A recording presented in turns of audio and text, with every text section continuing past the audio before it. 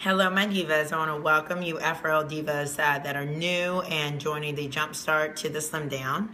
And then I want to encourage all the veteran divas and those of you who are already on the 4-week program to, support the newbies as well as to continue to share. So this is Tell Us About It Tuesday.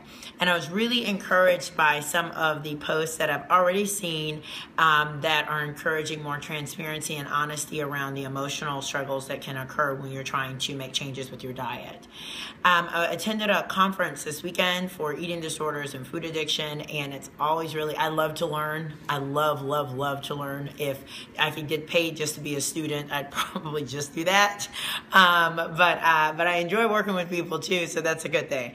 And taking the information that I learned and sharing it. But it was a great experience for me to try to gel some of the information that, I've been studying, and then the things that I observe in my anecdotal experiences, and then just have new colleagues. Food addiction is an area that was very fringe previously, and it is now making its way into the DSM, which is kind of the book that we use to diagnose what's going on with mental illness or, disorders of any kind that are emotionally and lifestyle related.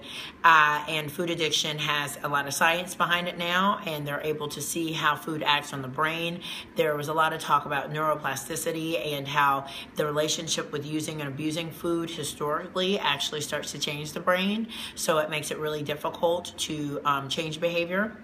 And there are not permanent changes, but is an uphill battle, and it really requires a lot of retraining of the brain. So I want to tell you guys that, because I think food is a socially acceptable drug, first of all, and I think that because so many people are overweight, and then you have the opposing end of the spectrum with weight loss and weight management, there's a lot of shaming and lack of understanding. I have clients that I treat for binge eating that don't even tell their families that that's what they're in treatment for, because the misconception is that binging is just about a lack of discipline and willpower, as opposed to there being other things that are going on, okay? And so I want you to understand that if you're constantly lapsing and relapsing on the program, like you try to get yourself right, and then it's like, that inner child, that voice that's inside of you, it keeps taking over and sabotaging you, that there's something more complicated at work here. I put a couple of things in the group over the weekend. There's a chart, and I've been using this chart in my practice for a while, but it describes normal eaters versus emotional eaters and food addiction. I want you to really take that stuff seriously. I have normal eaters. I have occasionally worked with people who I say, okay, yeah, sure, have a piece of pizza, and they have one piece of pizza on a Saturday, and it doesn't open up the floodgates to them binging and doing a bunch of other stuff. And they don't find that they're constantly, every other day going back to grabbing sugar and grabbing things that are not on their program. They'll just do what they're supposed to do with their food plan, and that's not a problem. That's a normal eater. There are people like that exist. What we've been told in our society is normal is actually a bunch of people struggling, right? And then wanting to normalize what appears to be a societal norm, which is just a shared societal problem, okay? And so when you start struggling with lifestyle diseases because of your relationship with food, and you cannot get those lifestyle diseases under control because of that relationship with food, meaning that the consequence is not big enough for you to stop your behavior, you are not a normal eater. And the sooner you stop lying to yourself about that and really say, okay, I've got some serious emotional stuff I need to get my my head wrapped around, or there's an addictive piece of this, or both, the sooner you start doing that, the sooner you'll start making some serious progress. And the fact that we're looking at with the DSM and versions in the future of the DSM, trying to figure out is food going to be a substance abuse issue, or is it going to fit in the eating disorder category? And do all the eating disorders go under food addiction? Like, that's the current struggle. This isn't an issue of, is the science there? That's the current struggle, is they don't know where to put it in the diagnostic manual for us as mental health therapists. So I want that to hopefully kind of shift things. And two things that were really fun that came, well, not fun, I'm sure, but just, I thought I'm going to make sure I share this with my clients.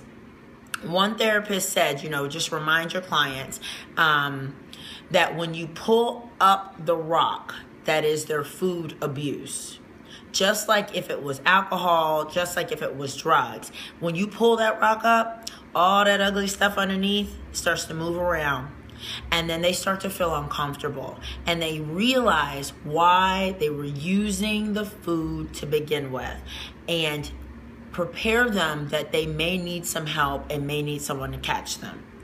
I want you to keep that in mind as you struggle and you strive to pull food back and try to control that part of your life, that the stuff that continues to show up is the stuff that you were numbing out, the stuff that you were avoiding, okay? The other thing that's always been said within the within the addiction community, and that they were reminding us in the food addiction conference that I was in, is that the inner child that I talk about is oftentimes an addiction. So drug use and alcohol is the emotional child, the inner child, is stuck at the age at which the individual started using.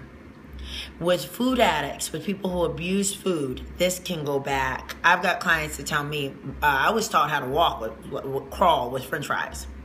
That's how they got me to crawl. And, those are the clients that come to me 300-400 pounds and having to do bariatric surgery and things like that. Like, that's how entrenched that food problem is for them. I hear stuff like that because that is a fabric of their very person and the way that they perceive life. So, when you think about how long you may have been using and abusing food, and you think about how long you've been on the slim down or how long you've been trying to make changes, and your whole life it's been a food problem, and your inner child is stuck at 8, and we're trying to grow up this 8-year-old and we're taking away food. You think about that when you think about how long you've been on the program. This is not about blaming and shaming. This is about really trying to get to the bottom of what in the heck is going on and getting over, sometimes I get clients and the ego, man, is a trip. I should be able to handle this, or I should, I shouldn't need to talk to a therapist about this. And it's like, you have to really get over that. Like, here we are. This is the situation you find yourself in, and you either accept it or keep beating your head up against the wall. So I really want to say that too. You can waste another 6 months or a year in this cycle, or you can fill out those questionnaires and, and take this struggle seriously, because I am here saying, I get it, I believe you, and I support you. You are not in control of this area of your life. It is bigger than you, and I am happy to help you, and judgment-free. Okay, so I just don't want anybody to miss the boat, because this is what I have really committed myself to working on, and we're in this together. So I know this is a little long, but I was really encouraged by what I saw posted in the group, and I thought, let me go ahead and put this out there, and then this will be on YouTube for a while as well. So hopefully this helps, and I will see you divas in the group. And I have clinical rounds that I am late for with Dr. Kalish, so I need to go over lab work. So I'm going to get going. So talk to you all soon.